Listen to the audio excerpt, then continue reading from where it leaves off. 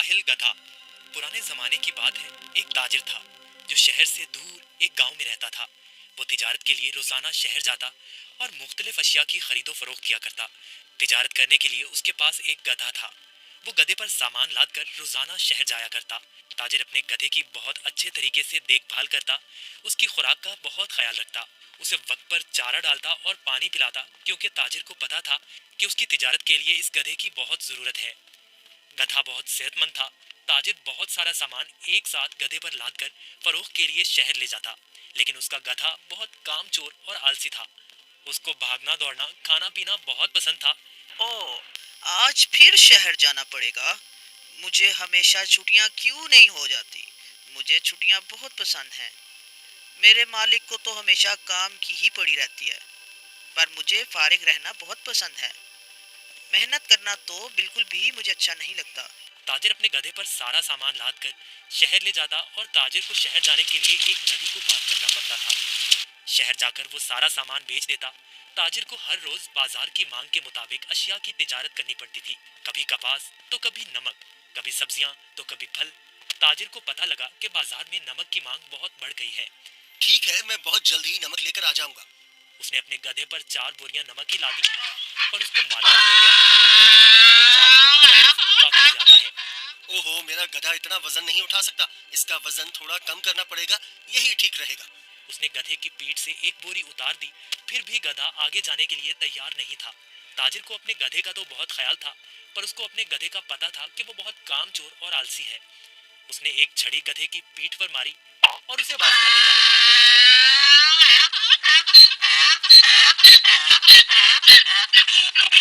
चलो, अब मुझे पता है तुम बहुत आलसी हो। तुम्हें शहर जाना बहुत जरूरी है, क्योंकि बाजार में इस वक्त नमक की बहुत मांग है।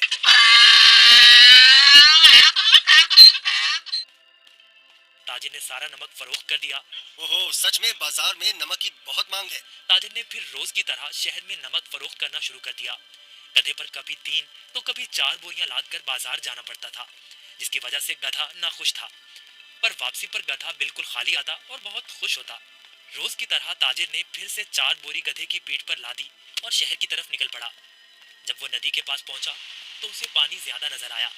हमें बहुत ध्यान से आहिस्ता आहिस्ता चलना होगा, ताकि हम पानी में कहीं गिर न जाएं।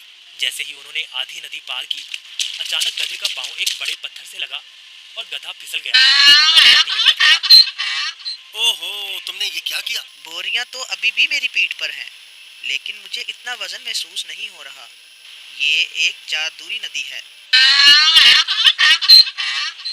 गधा इस बात से हैरान था कि नदी में फिसलने की वजह से उन बोरियों का सारा नमक नदी में घुल गया था और बोरियों में से नमक खत्म हो चुका था।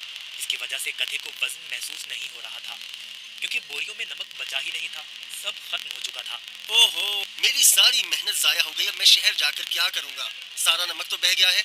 शुक्र है खुदा का, मेरा गधा तो सही सलामत है। गधे को कुछ नहीं हुआ। अब शहर जाने का कोई फायदा नहीं। मुझे अब घर जाना चाहिए। वाह, कोई वजन भी नहीं और काम भी नहीं। ये तो कमाल की नदी है। फिर अगले दिन ताजिर ने 4 बोरियां गधे की पीठ पर लाद दी और शहर की तरफ निकल पड़ा।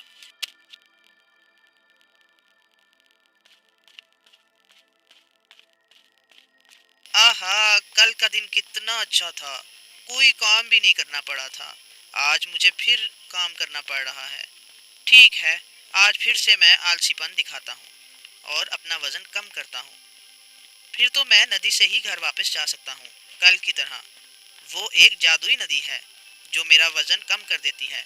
वो कल की तरह आज भी मेरी मदद करेगी। ताजिर उस दिन गधे की चालाकी से बिल्कुल बेखबर था। रोज की तरह ताजिर अपने गधे के साथ इस नदी के पास पहुंचा तो गधा ताजिर से पहले ही इस नदी की तरफ जाने लगा। ताजिर ने उसे रोका। रुको, रुको। गधा फिर से नदी में फिसल गया जहां वो पहली बार फिसला था। ओहो, तुमने क्या किया? काहे गधे, जल्दी से बाहर आओ। लेकिन बहुत देर हो चुकी थी। बोरियों का सारा नमक नदी में घुल गया। गधे को अब कोई वजन महसूस नहीं हो रहा था। वाह, ये हुई ना बात। कोई वजन भी नहीं और काम भी नहीं। ये दोबारा कैसे?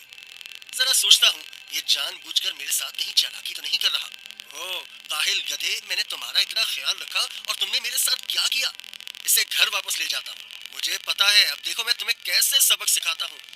गधे ने सोचा, मैंने काम चोरी का ये अच्छा तरीका ढूंढा है, पर ताजिर का तो आज कुछ और ही जहन था। अगले रोज ताजिर ने गधे की पीठ पर 6 बोरियां रुई की लाद दी, लेकिन गधे को थोड़ा सा भी वजन महसूस न हुआ।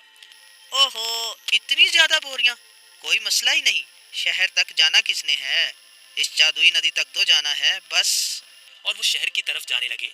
जब वो नदी के पास पहुंचे तो अचानक से गधा नदी पार करने लगा और उसी जगह पर फिसला जहां वो पहले फिसलता था। ताजिर बाहर खड़ा होकर ये सब मंजर देख रहा था। ओहो, ये मेरी पीठ पर इतना वजन कहाँ से आ गया?